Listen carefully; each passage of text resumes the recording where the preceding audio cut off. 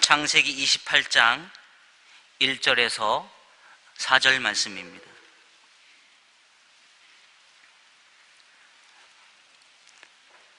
창세기 28장 1절에서 4절 말씀, 우리 다 같이 함께 읽겠습니다. 이삭이 야곱을 불러 그에게 축복하고 또 당부하여 이르되, 너는 가나안 사람의 딸들 중에서 아내를 맞이하지 말고 일어나 밧단 아람으로 가서 내 외조부 부두일의 집에 이르러 거기서 내 외삼촌 라반의 딸 중에서 아내를 맞이하라. 전능하신 하나님이 내게 복을 주시어 내게 생육하고 번성하게 하여 내가 여러 족속을 이루게 하시고 아브라함에게 허락하신 복을 내게 주시되 너와 함께 내 자손에게도 주사 하나님이 아브라함에게 주신 땅 곧 내가 거류한 땅을 내가 차지하게 하시기를 원하노라. 아멘. 이 시간에 조경호 목사님 나오셔서 야곱과 아내들이라는 제목을 가지고 귀한 말씀 들으시겠습니다.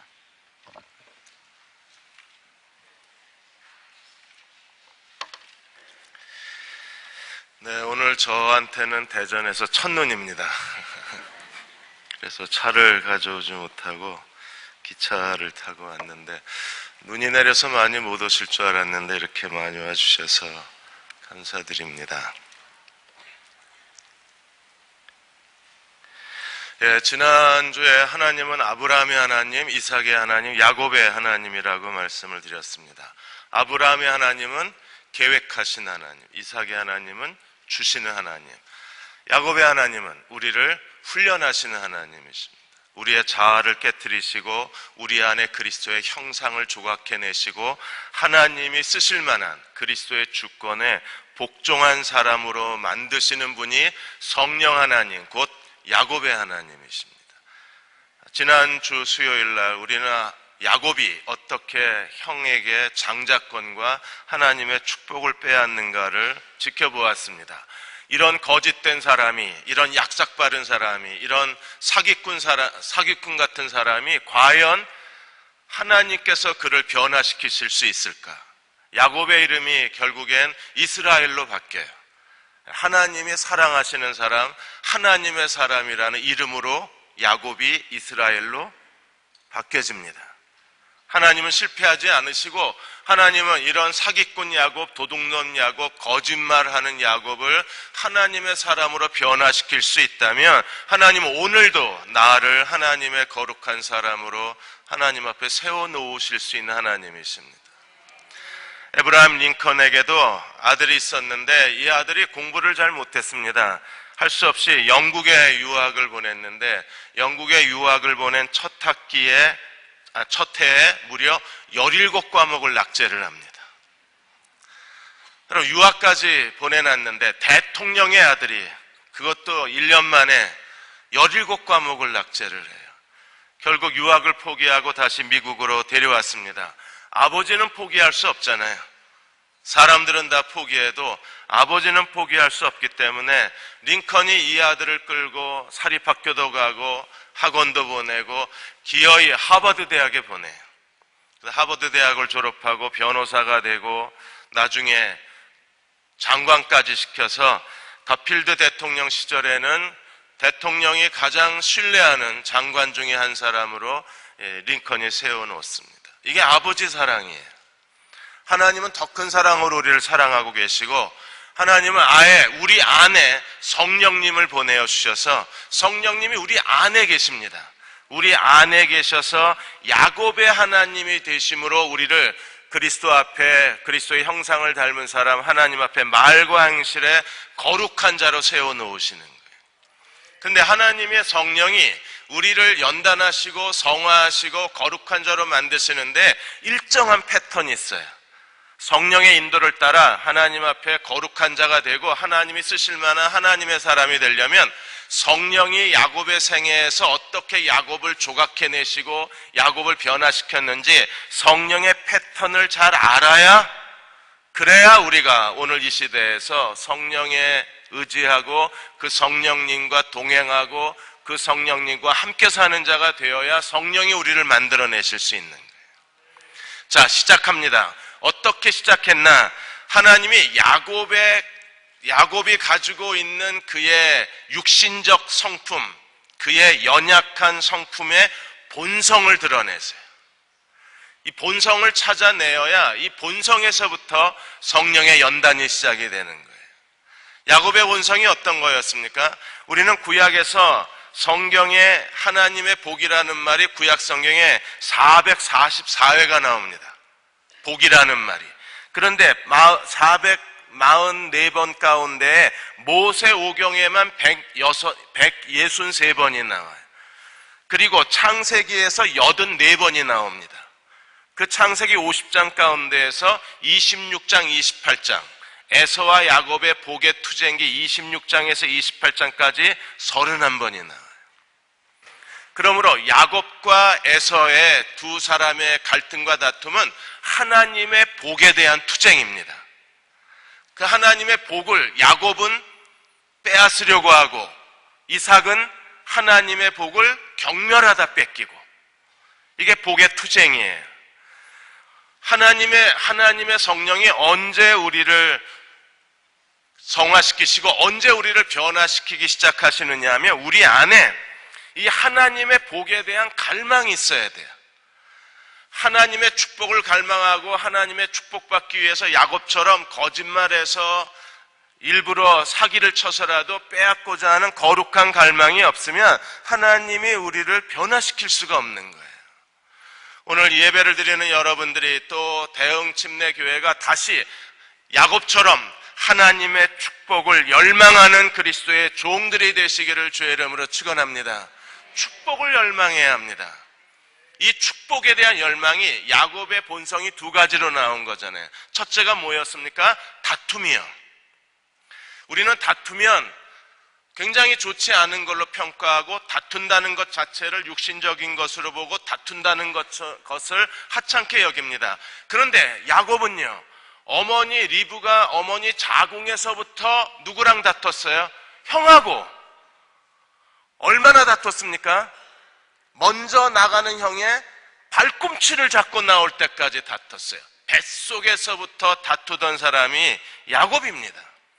그러므로 야곱은요, 간사하고 거짓투성이고 계략에 능한 사람인데 야곱의 이 다투는 본성이 어머니 뱃속에서부터 나왔다는 걸 우리가 기억해야 돼요.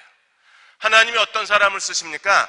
분명히 그리스도의 십자가 앞에서 회심한 사람, 그리고 회심한 뒤에 하나님께 대한 거룩한 열망, 야망이 있는 사람, 그 사람을 하나님이 변화시켜서 쓰시는 거예요. 어머니 뱃속에서부터 뇌가 만들어지고 이제 사람 모양이 되어지고 이제 출산이 가까웠을 그 무렵에서부터 야곱은 인간의 본성이 시작되면서부터 다투는 사람이에요. 뭘 다퉈요? 형의 축복을 빼앗기를 원하는 거예요. 형이 가진 것을 자기가 가지려고 하는 겁니다. 어떤 사람이 성령에 의해서 변화되어서 이 시대에 하나님의 영광의 그릇이 될 수 있는 사람들은 그 안에 거룩한 욕심, 거룩한 야망이 가득한 사람이어야 합니다. 여러분, 예수님이 12제자를 선택하셨는데 저희는 12제자가 평범한 사람이라는 걸 잘 압니다. 하나님은 평범한 사람을 쓰십니다. 그런데 12제자는 평범하지 않았어요. 왜요? 그들이 3년 동안 끈질기게 12제자가 한 일이 뭡니까? 누가 크냐고 다퉜습니다. 여러분, 웬만한 사람 같으면 3년 동안 누가 크냐고 그렇게 끈질기게 다투지 않아요. 한두 번 해보고 포기하지. 12제자는 평범했습니다. 어디서나 볼 수 있는 사람이었습니다. 그러나 어디서나 볼 수 있는 사람이 아니었어요. 왜? 누가 크냐고 계속해서 싸웠기 때문에. 심지어 예수님께서 십자가로 나아가시는 그 고난의 길에까지 따라가면서 누가 크냐고 싸웠던 사람이 12제자예요. 야고보 요한은 아예 어머니까지 동원해서 어머니 치맛바람 친척이라는 친인척 비리가 이래서 생기는 겁니다. 그래서 야고보 요한의 어머니는 친인척이라는 것을 빙자해서 어머니가 와서 예수께 요구하잖아요. 하나님의 영광의 나라를 보좌에 앉으실 때 하나는 좌의정, 하나는 우의정, 좌우편에 앉게 해주십시오. 무슨 말입니까? 알아서 하라는 겁니다. 가장 높은 권세의 자리를 누구에게 줘요? 자기 두 아들에게, 야고보 요한에게. 그것 때문에 제자들이 또 분노했습니다. 자, 하나님이 이 어머니의 요구, 야고보 요한의 이 탐욕을 거절하셨나요? 쓰레기통에다 버리셨습니까? 야, 어떻게 사람이 이렇게 3년 동안 예수님을 따라다니면서 사람이 이렇게 안 변할 수 있냐? 예수님의 12제자 가운데 탈락! 이러고 집으로 가! 이러고 돌려보내셨나요? 아니요. 그들의 야망을 바꾸어 내셨어요. 어떻게 해요? 거룩한 하나님의 야망으로. 그 두 아들이, 야고보는 어떻게 됐습니까? 첫 번째 순교자가 됐습니다. 여러분, 이보다 더 영광스러운 일이 있어요? 주의 나라가 임하실 때 하나는 주의 우편에, 정말 주의 우편에 앉았습니다. 어떻게? 순교자로. 요한은 맨 마지막 순교자, 요한계시록까지 다 쓰고 반모섬에서 순교를 당했습니다. 우편에, 좌편에 맨 마지막 순교자로 하나님이 그 제자들의 마음에 누가 크냐는 그 다툼, 누가 크냐는 야망, 세상적 야망이었지만 결국 하나님은 뭘로 바꾸어 내서요? 거룩한 야망으로. 창세기의 요셉은 얼마나 우쭐거리는 사람이었습니까? 자기가 막내면서도 장자가 입는 채색 옷을 입고 형들을 무시했으니까. 심지어 꿈을 꿨는데 형들의 볕단이 자기에게 절하고 해와 달과 별이 자기에게 절하고 우쭐거렸습니다. 그게 좋았습니다. 그런데요, 하나님께서 그러한 요셉을, 하나님이 그 꿈을 지워버리시고 잘못된 거라고 책망하시고 요셉을 하나님께서 저 시골에서 농사짓게 만드셨습니까? 아니요. 그가 정말 채색 옷을 입은 구원자가 되게 하셨어요. 그리고 두 가지 꿈을 그대로 이루어 주셔서 그는 이스라엘 야곱의 70명의 가족들을 애굽의 7년, 전 세계 7년의 가뭄 가운데 하나님이 구원자로 만드셨잖아요. 마음에 세속적이어도 괜찮아요. 거룩한 야망을 가지십시오. 그럼 하나님이 그걸 뭘로 바꾸어내세요? 거룩한 야망으로 바꾸어내세요. 뭘 하겠다는 의지가 있어야 하나님이 쓰시는 거지, 아무 마음에 의지가 없으면 하나님이 쓰실 수가 없는 거예요.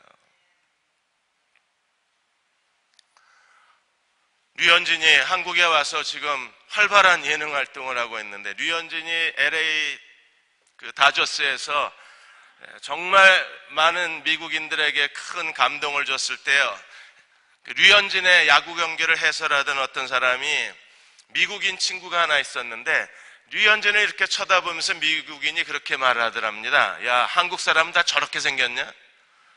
자기가 알고 있는 한국 사람이 세 사람인데 싸이, 류현진, 그리고 김정일 아들 김정은, 세 사람을 자기가 아는데 한국 사람을 다 똑같이 생긴 거예요. 김정은, 싸이, 류현진, 비슷비슷하게 생겼으니까 야, 한국인들은 다 저러냐 외모가? 너는 왜 그렇게 생겼냐 이렇게 묻더랍니다.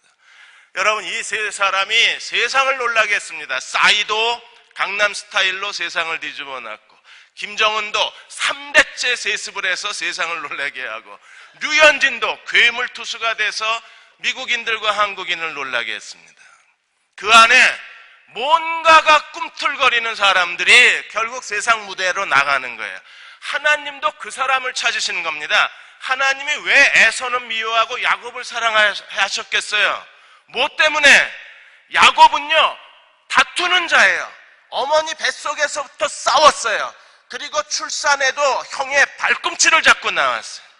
다투는 자가 야곱의 첫 번째 본성입니다. 두 번째 본성은 뭡니까? 어머니와 함께 거짓말장입니다. 거짓말로 형의 장자권을 뺏고, 어머니가 거짓말로 아버지의 축복을 받고, 아버지의 축복을 받지 않으면 장자권이 소용이 없는 거예요. 아버지의 축복을 받아야 하나님이 축복하시는 겁니다. 그러자 축복을 받으려면 어떻게 해야 합니까? 아버지에게 축복을 받아야 되는데 이삭은 꼼짝도 안 합니다. 대화가 안 됩니다. 아무리 리브가가 옆에서 왜 이래 이러고 아양을 떨어도 먹혀 들어가지 않습니다. 방법이 뭐예요? 거짓말로 축복을 가로채는 거예요. 이게 하나님 앞에 얼마나 큰 죄입니까? 거짓말로 하나님의 축복을 가로챘으니까. 그런데 하나님은 아무 얘기도 안 하십니다. 야곱의 두 가지 본성이 뭡니까? 다툼과 거짓. 여러분, 이 다툼과 거짓을 가지고 하나님이 어떻게 야곱을 다루시는가를 보십시오. 자, 두 번째 대지 전개로 갑니다. 하나님의 연단이 이제 시작. 뭘 찾아내셨어요? 야곱의 두 가지 성품, 다툼과 거짓을 찾아내셨어요. 지난주에 봤잖아요, 우리가. 잊어버리셨습니까? 오늘은요, 이 다툼과 거짓으로 하나님이 어떻게 야곱을 연단하셔서 이스라엘로 만드시는가를 볼 거예요. 이스라엘이 되는 건 다음 주 수요일 날, 야곱의 생애를 한 주 늘렸습니다. 그래서 야곱의 생애를 저희가 3주간 볼 거예요.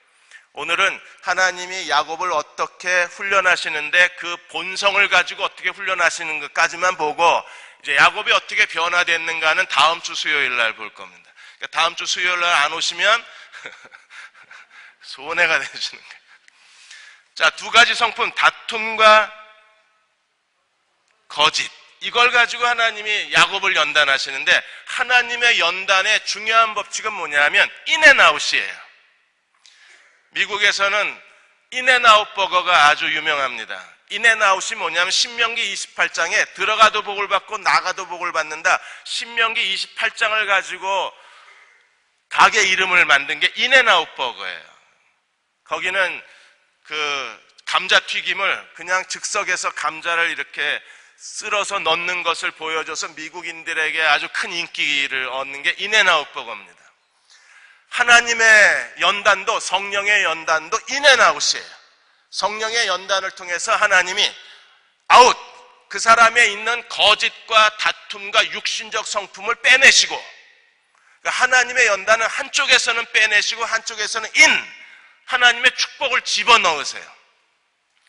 우리가 연단받은 것만큼 우리 안에 육신적인 성품, 이기적이고 교만하고 나태하고 하나님보다 돈을 더 사랑하고 하나님보다 자기를 더 사랑하고 자긍하고 교만하고 원통함을 풀지 않고 이런 육신적인 소욕들이 아웃돼야 돼요. 고난을 통해서.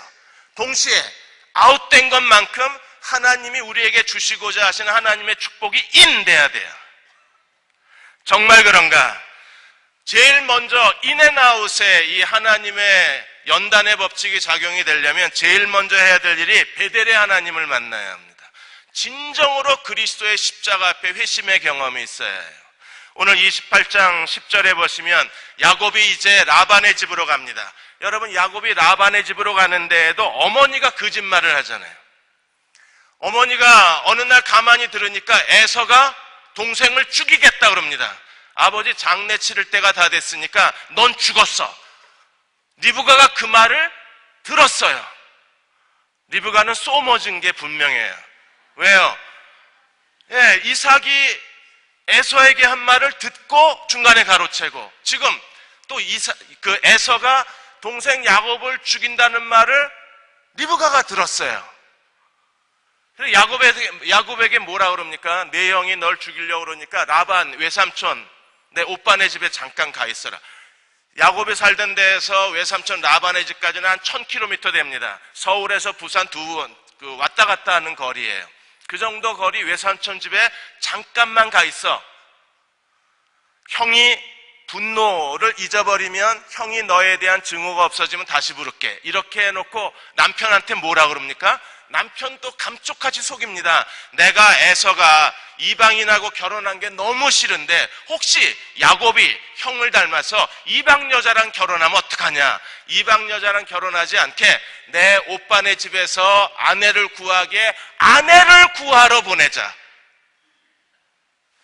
이삭은 아무것도 모르고 오늘 읽은 본문이 이삭이 야곱을 축복하는 거예요. 라반의 집에 가서 아내를 구해라. 그리고 하나님이, 아브라함의 하나님, 이삭의 하나님이 너를 축복하셔서 아브라함의 언약대로 땅을 줄 것이다, 민족을 줄 것이다, 복을 줄 것이다, 하나님의 축복을 하고 보냅니다. 이게 웬 거짓말입니까? 속셈은 뭐였어요? 형이 죽일까봐 보낸 거였는데 보내는 목적, 명분은 뭡니까? 아내를 구하라. 그래서 야곱과 아내들이에요, 지금 저희 설교 제목이. 근데 정말 아내를 구하러 가는 길입니다. 근데 이 과정 속에서 먼저 해야 될 일이 뭐냐면 베델의 하나님을 만난 거예요. 10절에 보시면 야곱이 브엘세바를 따라 하난으로 가는데 거기서 꿈을 꾸게 됩니다. 그리고 그곳 이름을 뭐라고 졌어요? 베델이라고 줍니다. 12절, 28장 12절, 꿈에 본즉 사닥다리가 땅 위에 서 있는데 꼭대기가 하늘에 닿았고 또 본즉 하나님의 사자들이 그 위에서 오르락내리락 하고 또 본즉 여호와께서 그 위에 서서 이르시되 나는 여호와니 너의 조부 아브라함의 하나님이여 이삭의 하나님이라 내가 누워있는 땅을 내가 너와 내 자손에게 주리라. 하늘이 열리고 사닥다리가 있고 하나님의 천사들이 오르락내리락 하는 걸 보고 여호와의 사자가 그 위에 서서 지금 누구에게 말하고 있어요? 야곱에게. 이게 베델의 하나님입니다. 우리도 하늘이 열려야 합니다. 예수 그리스도의 십자가 앞에 무릎 꿇고 나의 주 나의 하나님이라고 고백한 사람이어야 돼요. 내가 하나님 앞에 얼마나 더럽고 추하고 지저분한 죄인인가를 고백하고 그리스도께서 십자가의 피로 내 모든 죄를 용서하셨다는 회심의 진정한 경험이 있어야 합니다. 회심하지 않은 사람에겐 성령의 고난이 없어요. 회심하지 않은 사람을 성령의 시련을 통해서 변화시키지 않습니다. 진정으로 그리스도의 십자가에 무릎 꿇은 사람들을 하나님께서 다루시고 하나님의 사람으로 만들어내셔서 하나님의 영광의 그릇으로 사용하기 시작하시는 거예요. 아직까지 회심이 되지 않았다면 우리는 다시 그리스도의 십자가 밑에 나아가서 주님께 회심의 체험을 달라고 간구해야 합니다. 그래야 본격적으로 하나님의 시련이 시작이 되는 거예요. 이미 여러분이 회심의 경험이 있고 성령께서 광야를 통하여 여러 가지 시련으로 여러분을 다루시기 시작하셨다면 이제 이 사실을 기억해야 합니다. 야곱의 본성을 가지고 하나님이 어떻게 야곱을 만들어내시는가를 알아야 돼요. 현대자동차가 기아자동차를 합병한 뒤에 기아자동차 공장에 정몽구 회장이 방문을 했습니다. 어떤 사람이든지 심지어 국무총리가 와도 VIP 견학 코스라는 게 있어요. 반드시 그 코스를 가면서 공장 내부를 둘러보게 돼 있습니다. 그래서 모두가 다 이 견학 코스, VIP 견학 코스대로 정몽구 회장이 갈 줄 알고 고기만 다 깨끗이 해놓은 거예요. 그런데 정몽구 회장이 VIP 견학 코스로 가는 게 아니라 가고 싶은 대로 가는 겁니다. 창고도 열어봤다가 사무실도 열어봤다가 기계 공구 다 열어보고 위층에 올라갔다 아래층에 올라갔다가 안 가시는 데가 없는 거예요. 기아자동차가 발칵 뒤집혔습니다. 회장이 어디로 갈지 모르니까 회장 떴다 그러면 전 직원이 회사 전체를 공장 구석구석을 다 지어놓기 시작한 거예요. 여러분, 성령님이 VIP 견학 코스가 없어요. 사람마다 다루시는 게 달라요. 그런데 사람마다 다루시는 게 다른데 한 가지 패턴은 같아요. 자, 야곱의 거짓부터 보겠습니다. 야곱이 거짓말하는 사람인데 야곱을 그 거짓말 속이는 자가 하나님이 어떻게 야곱을 연단하셨어요? 속이는 자가 속게 만드셨어요. 거짓은 거짓으로 연단을 받아야 거짓의 자아가 깨져요. 야곱이 어떻게 속았습니까? 성경으로 한번 가보겠습니다.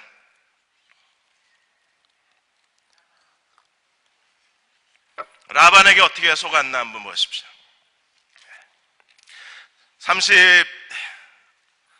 31장으로 가셔서 창세기 31장에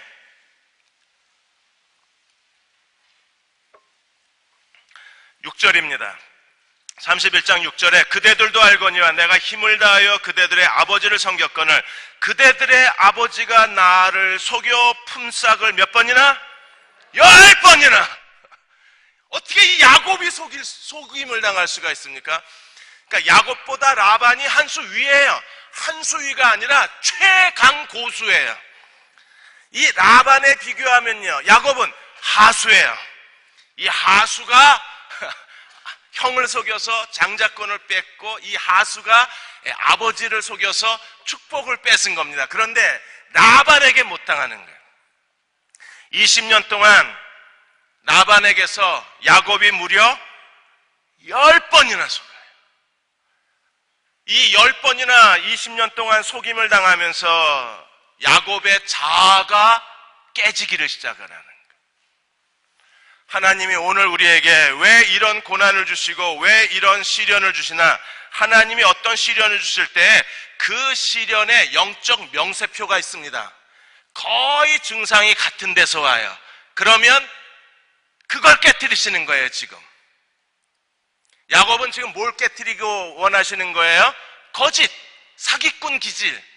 누구를 통해서? 더 사기꾼 라반을 통해서. 몇 년 동안? 두 딸을 위해서 14년, 양떼를 위해서 6년, 20년 동안 몇 번이나? 10번이나. 와, 야곱이, 그 사기꾼 야곱이 꼼짝없이 당합니다. 처음 외삼촌 라반의 집에 갔을 때 누구를 사랑했어요? 레아하고 라헬이 있었는데 누구를 사랑했습니까? 라헬을. 그래서 라헬을 주기로 하고 결혼 계약을 맺고 7년 동안 봉사를 하고 라헬과 이제 첫날 밤을 보내러 들어갔는데 라헬이 아니라 누구였어요? 여러분, 이게 이럴 수가 있습니까? 아무리 등이 없어, 등잔불이 없어도 그렇지, 아무리 깜깜한 밤이라도 그렇지, 아무리 여자를 못 알아봐도 그렇지, 어떻게 레아와 라헬을 구분을 못해요? 더군다나 라헬을 사랑했다며 자기가 사랑한 여자들을 구분을 못해요? 라반이요, 감쪽같이 속여놓은 겁니다. 이해가 안 되잖아요.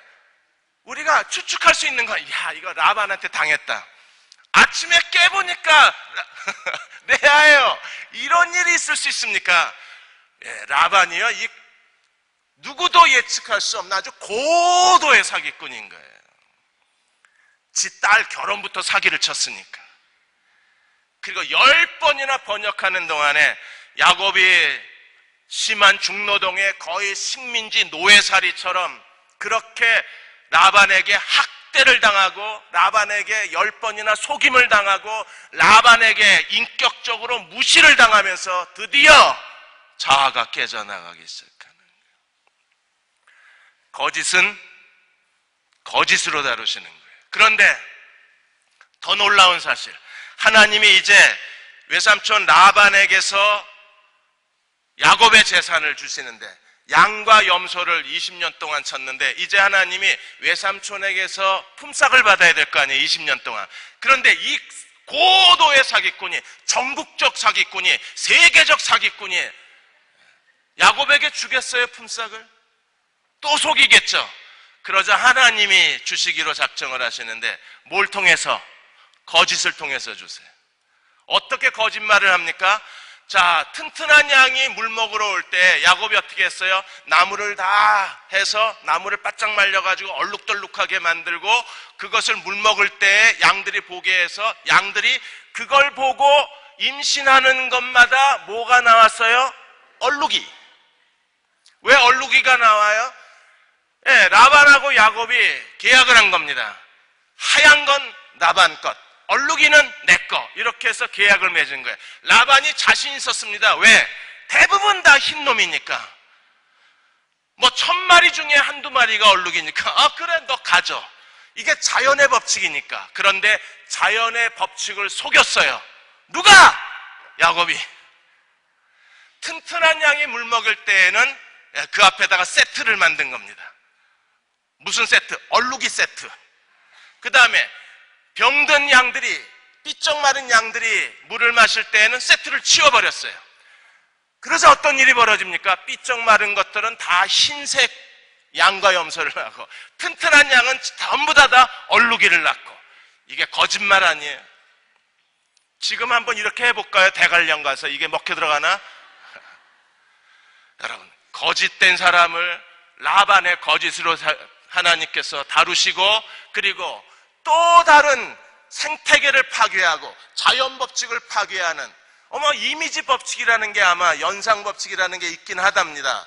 이게 과학적으로 아직 정확하게 증명이 안 돼서 그렇지, 하나님이 초정밀 과학 이미지 요법으로 하나님께서 라반의 재산을 누구에게 빼돌려 주셨어요?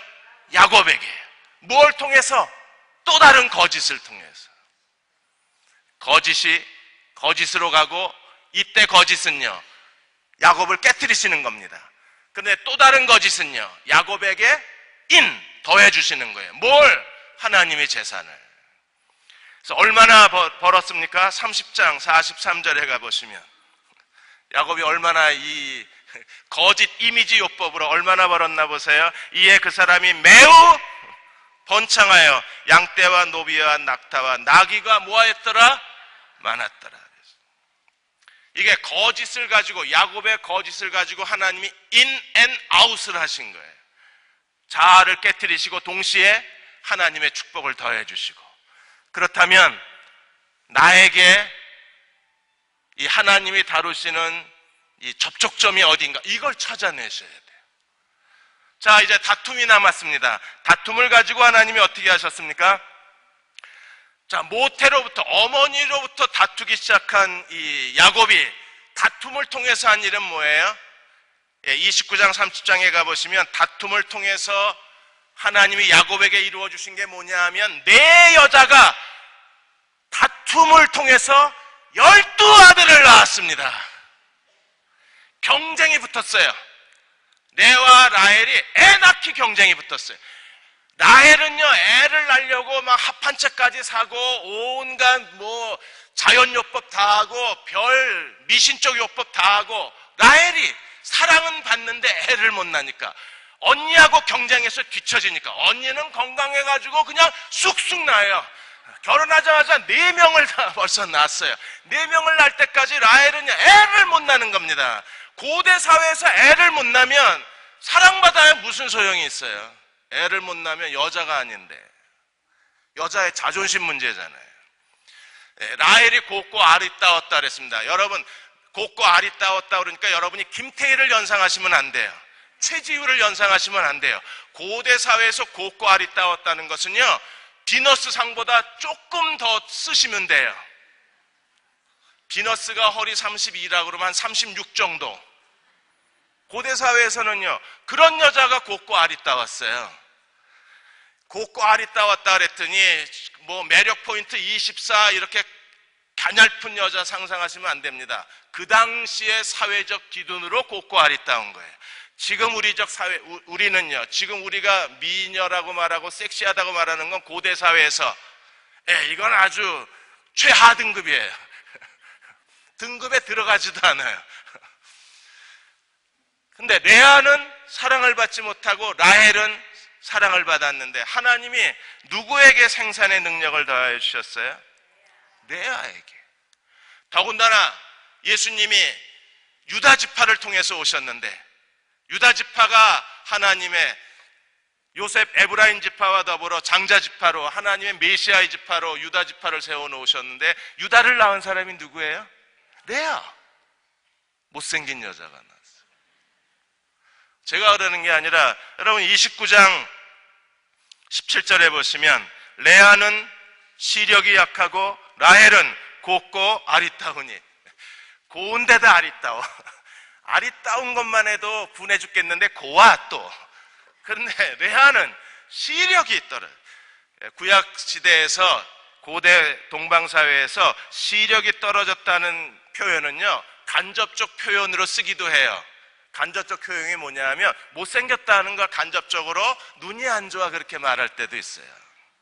그런데 하나님이, 예수님은 이 시대에서 아웃사이더의 구세주이셨어요. 예수님이 이 땅에 계시는 동안에 세리와 죄인의 친구이셨습니다. 가난하고 헐벗고 굶주린 자들과 언제나 같이 다니셨어요. 그런 것처럼 하나님은 공평하게 하셔서 야곱에게 사랑받지 못했던 레아에게 하나님께서 아들을 생산하는 능력을 더해 주시고, 사랑받은 라헬은 하나님이 나중에 둘만 낳게 하셨잖아요. 그래서 레아가 6명을 낳고 2명의 몸종이 4명을 낳고 라헬이 2를 낳았어요. 그래서 12명이 돼요. 이 여자들의 치열한 생산 경쟁, 그 다툼 때문에 하나님은 이스라엘을 12지파로 만드신 거예요. 이 12지파로 만든 그 고귀하고 거룩한 지파의 창시자들이, 그 지파의 시작이 하나님의 거룩한 섭리에 의해서 여왕의 대접을 받으면서, 한 여자가 하나씩 40일 금식 기도하면서 하나님의 산에 올라가서 하나님의 성령의 천사의 수종을 받으면서 난 게 아니라, 내 여자가 다투면서 난 거예요. 너 낳았어? 나도 낳아야지. 나도 낳을 거야. 이러고 경쟁적으로 난 거예요. 때로 다툼은 우리가 정말 싫어하는 요소 중에 하나입니다. 다투는 거에 대해서 많은 사람들이 외면합니다. 그런데 하나님은요, 야곱의 다툼을 어떻게 하셨어요? 네 여자의 다툼으로 발전시켜서 12명의 아들을 낳아놓게 하시고, 또 거짓으로 튼튼한 양 그리고 연약한 양을 구분해 놓았지만, 이게 라반의 재산과 야곱의 재산이 다투는 거잖아요. 서로 뺏고 뺏기는 거니까 이 다툼에서 결국 누가 승리해요? 야곱이 승리하는 겁니다. 어떻게? 여러분, 야곱이 어떻게 이런 생각을 했을까? 야, 이렇게 낙엽지는 나무들을 모아 놓으면 그것을 보고 물을 마시는 양마다 얼룩이를 임신할 거라고 야곱이 어떻게 생각했을까? 야곱이 이것을 인터넷으로 검색했을까요? 하버드 대학 유학 가서 이거 배워왔을까요? 아니면 주변에 어떻게 해야 이런 일들이 일어나는지 여러 가지 자연과학자들이 야곱의 자문위원이 돼서 야곱에게 이런 조언을 했을까요? 누가 이거 가르쳐 줬습니까? 하나님이요. 정말이요? 예, 31장으로 가보겠습니다.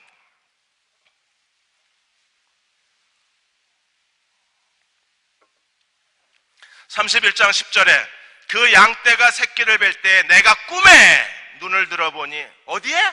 꿈에 눈을 들어보니 양떼를 탄 순양은 다 얼룩무늬 있는 것과 점 있는 것과 아롱진 것이었더라. 뭐가?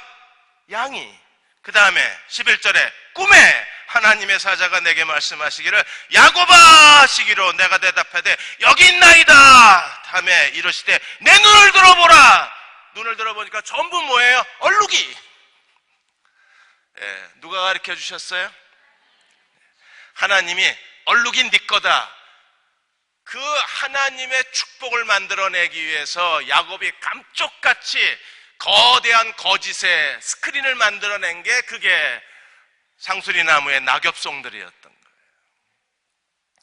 하나님은 오늘도 이 거짓의 법칙을 따라서 거짓으로 야곱을 다루시고 거짓으로 야곱을 축복하시고, 다툼으로 하나님이 야곱을 다루시고 다툼을 통해서 12지파의 창시자가 되게 하시고, 그러므로 하나님이 야곱의 본성 두 가지 큰 본성, 거짓과 다툼을 가지고 그대로 야곱의 생애를 조성하시고 다루시고 연단하시고 동시에 하나님의 축복의 통로로 만들어 주신 거예요.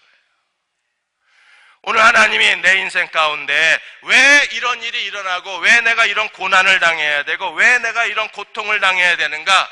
여러분, 다 모든 고난엔 이유가 있는 거예요. 다른 사람과 자기 고난을 비교할 필요가 없습니다. 그 사람이 당하는 고난하고 내가 당하는 고난은 전혀 달라요. 그 사람은 그 사람의 자아의 본성대로 하나님이 다루시는 거고 나는 내 본성대로 다루시는 거예요. 저는 하나님이 전신화상을 당하게 하시고 그 다음에 또 여러 가지 질병으로, 그래서 3년 내내 저는 죽음의 고비를 3년 동안 넘어갔습니다. 7월이 되면 쓰러져 버렸어요. 그리고 의사는 저를 죽는다 그럽니다. 3번 연속이나 하나님이 저를, 의사가 죽는다 그러는데 다시 살아나고 죽는다 그러는데 또 살아나고 죽는다 그러는데 3년째 살아났어요. 그리고 신학교 갔습니다. 더 거부할 수 없어서. 진짜 죽겠더라고요. 더 거부하면 하나님이 정말 날 죽이실 것 같아서 할 수 없이 무서워서 간 게 신학교였었어요. 저는 육체적 연약함이 하나님이 저를 쓰시는 하나님의 저의 본성에 대한 하나님의 도구가 된 거예요. 그래서 어디 함부로 돌아다니지 말라고 아주 설교하고 가르치는 일을 할 만큼만 육체의 에너지를 남겨놓으셨어요. 하나님께서 각 사람에게 다루시는 방법이 있기 때문에 하나님의 오늘 성령이 내 인생 가운데 어디서 일하고 계시는가를 알고 그 성령께 복종할 줄 아는 사람이 되어야 합니다. 여러분, 한국 영화 흥행 3위를 한 게 7번 방의 선물입니다. 이 7번 방의 선물 시나리오 작가가 김항성 씨인데, 이분이 CBS TV에 새롭게 하셔서 거기 출연하셔서 간증하신 거 아마 여러분 보신 분이 계실 겁니다. 이분이 잘 나가던 카피라이터였었습니다. 그러다가 1997년에 외환위기가 나면서 실직을 했어요. 먹고 살 길이 없었습니다. 그래서 할 수 없이 고시원에 들어가서 어떻게 하든 먹고 살 길을 찾아야 됐는데 길이 보이지 않았어요. 그런데 같은 고시원에 있는 사람이 어느 날 부르더니 하루에 심부름만 잘하면 하루에 5만 원씩 준대요. 그래서 너무 놀라가지고 그게 뭐냐고, 어려운 일은 아니었습니다. 우체국에 가서 CD 발송만 해주면 하루에 5만 원씩 준 거예요. 수입이 짭짤했습니다. 그래서 이 사람이 주는 그 택배 물건을 가지고 우체국에서 보내주고 그 수익 가지고 살았는데 어느 날 뭔가 그리고 봤더니 이게 불법 동영상이었었어요. 소위 말하는 야동 CD였었습니다. 근데 이게 굉장히 잘 팔리는 거예요. 물건이 점점 많아져서 우체국을 보는 게 점점 많아지는 거예요. 그러던 중에 누이 동생이 어느 날 누이 동생이 이게 왜 켜있냐 껐는데 누이 동생이 결혼을 하게 된 겁니다. 누이 동생이 결혼을 하게 됐으니까 돈을 자기가 장남이 돼서 뭔가 결혼 자금을 줘야 될 거 아니에요. 부모님도 빈손이니까. 그래서 할 수 없이 그 사람이 보내는 걸 빼돌려서 자기가 직접 제작해서 직접 팔기를 시작했습니다. 동생 결혼 다 시켰어요. 그게 그렇게 수입이 좋답니다. 그런데 이게 양심이 걸린 거예요. 그래서 어느 날 아버지 제가 그렇게 해서 동생 결혼시키고 직장을 잃어버리고 제가 그거 가지고 살았다 그랬더니 아버지가 자수해라. 그래서 아버지가 권유해서 자수한 거예요. 자수해서 재판을 받고 교도소에 수감이 됐는데 교도소에 수감돼 보니까 1번 방, 2번 방, 3번 방은 독방, 그 다음에 4번 방은 폭력과 살인, 그리고 6번 방은 마약, 7번 방이 경제사범인 거예요. 이 사람처럼 이렇게 사기친 사람들. 그래서 7번 방입니다. 그래서 교도소 다녀오신 분들은 7번 방 그럼 뭔지 아는데 우리는 뭔지 몰랐잖아요. 이게 경제사범 방이에요. 그 7번 방에서 2달간 교도소 복역을 하고 추록해서 시나리오 작가의 길을 걸어가고 하나님이 축복하셔 이번에 7번 방의 비밀이 뜬 거예요. 그래서 성공한 시나리오 작가 중에 한 사람으로 하나님이 그를 축복하신 겁니다. 그 과정 속에 이 사람은요, 결국 그 감옥 속에서 보내면서 거기서 철저하게 하나님께 회개하고 그 과정을 통해서 하나님이 그를 다시 회심시키고 하나님이 쓰실 만한 사람으로 세우셔서, 여러분 7번 방의 비밀을 보면 따뜻하잖아요. 하나님의 사랑이 느껴지잖아요. 오늘 하나님이 내 인생에 어떻게 하실 건가? 이제 결론입니다. 그러면 어떻게 해야 되나? 오늘 성령이 우리를 통제하시고 성령이 우리 안에 계셔서 우리의 인생을 다스리고 계심을 믿고 오늘을 붙잡는 그리스도의 종들이 되어야 합니다. 야곱의 생애의 시작에서부터 지금 20년 이후에 야곱이 다시 집에서 라반의 외삼촌 집으로 갔다가 외삼촌 집에서 다시 집으로 돌아오는 길이 야곱의 생애 전부예요. 집에서 외삼촌에서 집으로, 이 과정 속에서 하나님이 야곱을 완전히 다루어내세요. 그리고 그의 하루하루는 성령의 통제 가운데 있었고 그의 하루하루는 하나님의 연단 가운데 있었기 때문에 오늘 우리도 야곱처럼 오늘을 붙잡고 오늘에 순종하고 오늘 하나님께 연단받는 그리스도의 종들이 되어야 합니다. 그러기 위해서 제일 먼저 해야 할 일이 무엇입니까? 내 안에 뭐가 있나를 찾아내야 돼요. 내가 지금 십자가에 못 박혀야 되는데 십자가에 못 박히지 못한 게 뭐가 있나? 야곱에게 있어서 다툼과 거짓이었다면 나에게는 십자가에 못 박혀야 할 것이 뭔가? 돈에 대한 애착인가? 아니면 건강 중독인가? 아니면 지나친 염려인가? 아니면 어떤 거든지 하나님께 쓰임받기에 부적당한 어느 하나가 있을 겁니다. 그걸 가지고 주님 앞에 가져가야 되는 거예요. 그것을 통해서 하나님이 어떻게 하신다고요? in and out을 하시는 거예요. 우리의 자아를 처리하시고 동시에 하나님이 쓰실 수 있는 사람으로 축복의 길을 열어주시는 겁니다. 하나님이 오늘도 야곱의 패턴으로 우리 안에서 역사하고 계세요. 오늘 하루 나 혼자 산 것 같죠? 오늘 하루 아무것도 없는 것 같죠? 아니요. 오늘 하루도 여전히 성령의 통제 아래 있다는 것을 우리가 믿어야 합니다. 그리고 철저하게 성령께 의지해야 돼요. 베델의 하나님을 만나십시오. 베델의 하나님이 야곱에게 뭐라고 약속해 주셨습니까? 28장 15절에 이렇게 약속했습니다. 내가 너와 함께 있어 내가 어디로 가든지 너를 지키며 너를 이끌어 이 땅으로 돌아오게 할지라. 내가 내게 허락한 것을 다 이루기까지 내가 너를 떠나지 아니하리라. 믿으십니까? 내가 내게 허락한 것, 그것이 다 이루어질 때까지 나는 너를 떠나지 아니하리라. 무슨 말이에요? 내가 내게 허락한 것을 나는 반드시 내 안에 이루어 주겠다는 하나님의 약속입니다. 그러므로 오늘 어떤 일이 일어나든지 우리는 그리스도 앞에 굴복해야 합니다. 오늘을 순종해야 합니다. 오늘 하나님을 의지해야 합니다. 오늘 주님을 바라보아야 합니다. 오늘을 감사하고 살아야 합니다. 그러면 하나님은 우리에게 허락한 것을 다 이루기까지 내가 너를 떠나지 아니하리라, 이 약속을 이루어 주실 거예요. 오늘 실망하지 마십시오. 우리에게 왜 이런 일이 일어나야 되나 낙심할 필요가 없습니다. 왜 내가 이제 이런 어려움을 겪어야 되나? 아니요, 괜찮습니다. 모든 게 다 내가 내게 허락한 것을 하나님이 이루시는 과정이라는 걸 믿으십시오.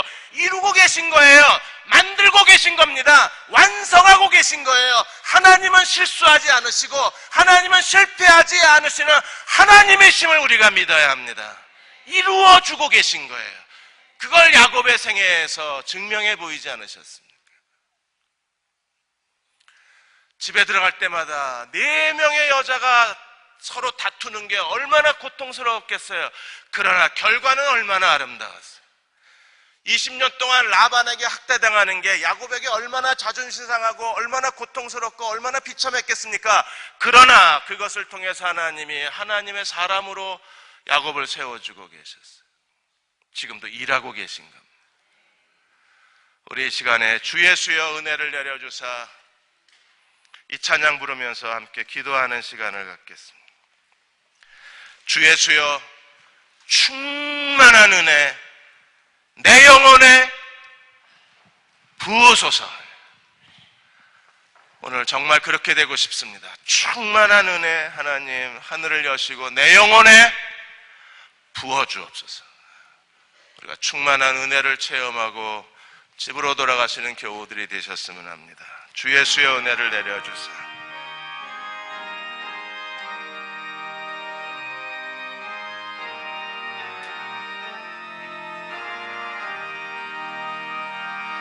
주 예수여 은혜를 내려주.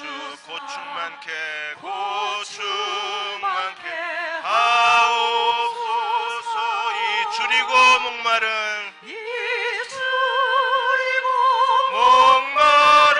나의 맘에 주 성령을 부으소서.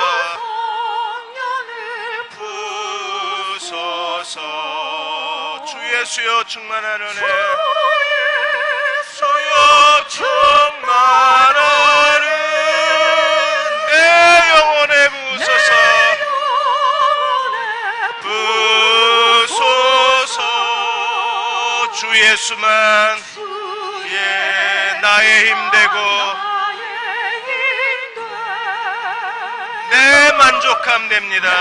만족함 됩니다. 주 예수여 은혜를 내려주사. 주 예수여 은혜를 내려 고충만케 하옵소서. 하옵소서. 이 줄이고 목마른 나의 맘을 줄이고 목마른 나의 맘에 주 성령을 부으소서. 부으소서. 아멘. 주 예수여 충만한 은혜, 충만한 은혜 내 영혼에 부으소서. 부으소서. 주 예수만 나의 힘되고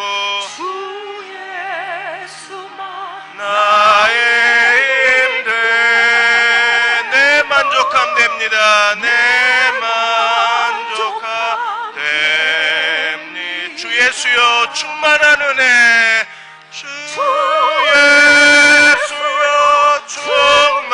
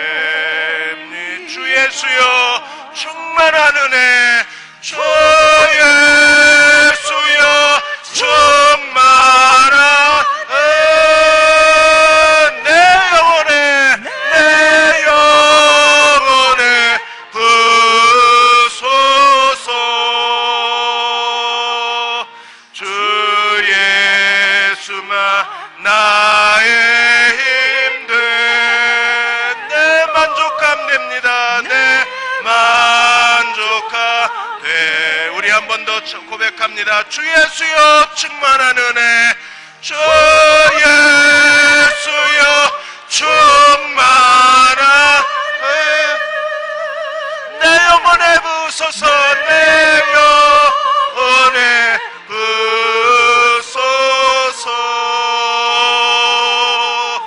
주 예수만 나의 힘 돼, 주여 내 만족함 돼. 이제 우리 함께 기도하겠습니다. 하나님이 추하고 더러운 마음을 씻어주옵소서. 어수선하고 혼란스러운 이 마음을 그리스도의 보혈로 씻어주시고, 줄이고 목마른 마음을 주 예수의 은혜로 충만히 채워주시기 원합니다. 우리의 마음에 성령을 부어주시는 이 시간 되게 하여 주옵소서. 우리가 간절히 통성으로 기도하겠습니다. 주여 하늘을 열어주시고, 하나님 종들의 마음을 열어주시기 원합니다. 주여 우리의 마음이 비좁아지고 메말라지고 가라앉았습니다. 성령이여 이 시간 저희들의 마음을 정결케 하시고, 주여 우리 마음을 넓혀주셔서 하나님 줄이고 목마른 마음으로 주의 보좌 앞에 나와 주님 앞에 무릎 꿇는 저희들 보시고 주여 충만한 은혜로 채우시는 이 시간이 되게 하여 주시옵소서. 우리 마음이 가난합니다. 우리 마음이 아버지여 저희를 충만케 하시고 채워주시옵소서. 주여 하늘을 열어주시고 주의 은혜로 우리가 위로받게 하여 주옵소서. 주여 우리 마음의 모든 주께 합당하지 않은 것들을 제거하여 주시고 정결케 하여 주시고 우리 마음을 열어주셔서 주의 은혜로 채우시는 이 시간이 되게 하여 주옵소서. 하나님 우리를 도와주시고 주여 주의 은혜로 채워주시옵소서. 아버지 우리를 채워주시옵소서.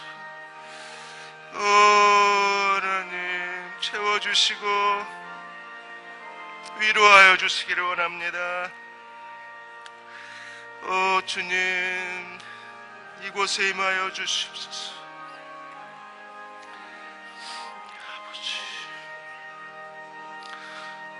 우리 그대로 눈을 감으시고 제가 가사 불러드리겠습니다. 주 예수여 완전한 주의 사랑 나 받기를 원합니다.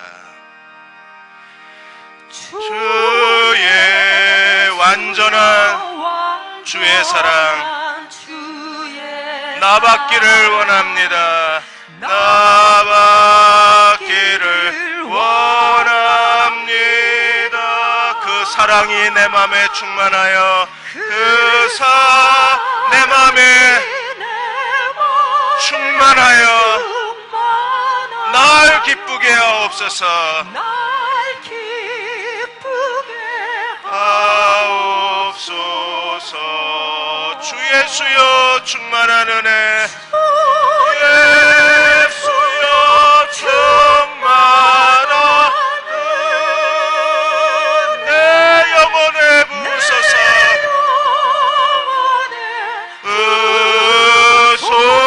부소서. 주 예수만 주의 나의 힘 되고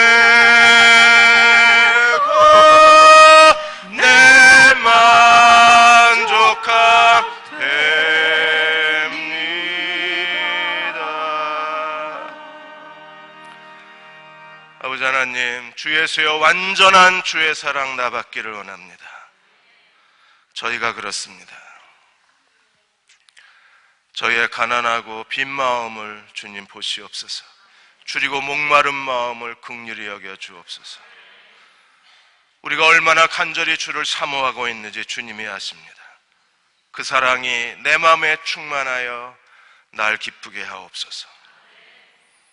하늘을 여시고 종들의 마음을 열어주셔서 주의 십자가의 사랑으로 저희를 충만케 하사 기쁨으로 돌아가게 하시고 기쁨으로 주님과 동행하는 주의 백성 삼아주시고 성령의 조성하심을 기쁘게 순종할 수 있는 저희 모두가 되게 하여 주옵소서.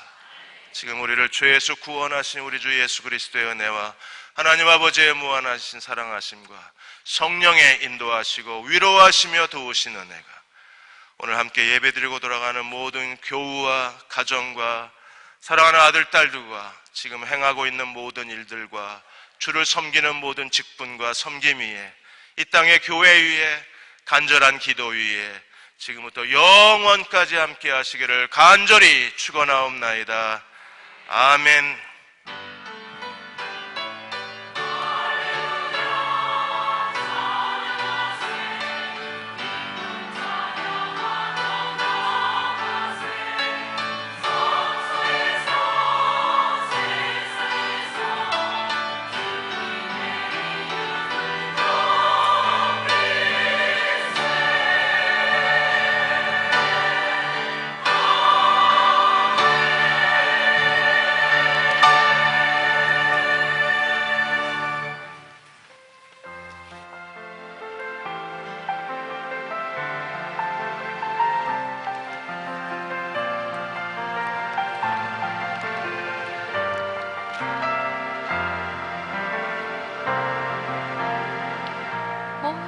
모든 상황 속에서